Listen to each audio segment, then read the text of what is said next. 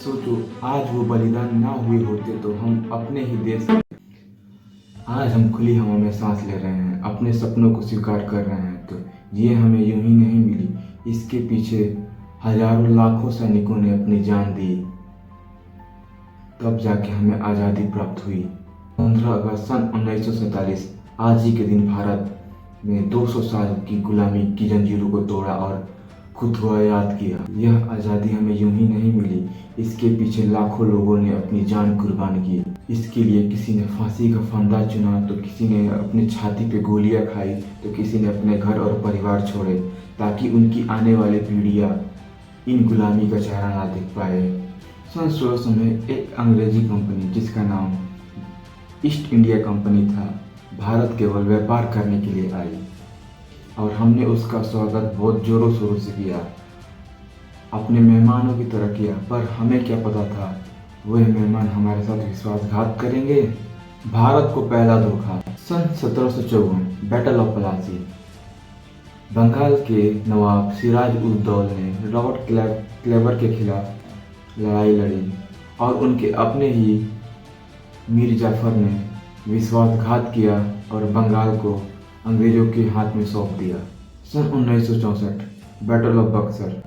अवध के नवाब, बंगाल के नवाब और मुगल बादशाह एक तरफ और दूसरी तरफ अंग्रेजी हुकूमत, और इसका परिणाम ये निकला कि मुगल बादशाहों ने अपनी हार मानी और अंग्रेजी हुकूमत को बिहार, उड़ीसा और बंगाल सौंप दिया, जिससे अंग्रेज वहाँ से कर वसूली करने लगे। अब पैसा और पावर उनके हाथ में था। नैतिकता की चाल। अंग्रेजों ने 2 सिद्धांत दिए, सहायक सिद्धांत, लेफ्ट सिद्धांत। सहायक सिद्धांत यह कहता था अगर किसी राजा के पास उसका उत्तराधिकारी या वारिस नहीं है तो उसका राज्य छीन लिया जाता था। और दूसरा लेफ्ट सिद्धांत यह था राजा अपनी सेना नहीं रखेगा, उसे अंग्रेजी सेना रखना होगा और उसे कर भी देना होगा, वरना उससे राज्य छीन लिया जाएगा। धीरे धीरे पूरा भारत उनके शिकंजों में कसता चला गया।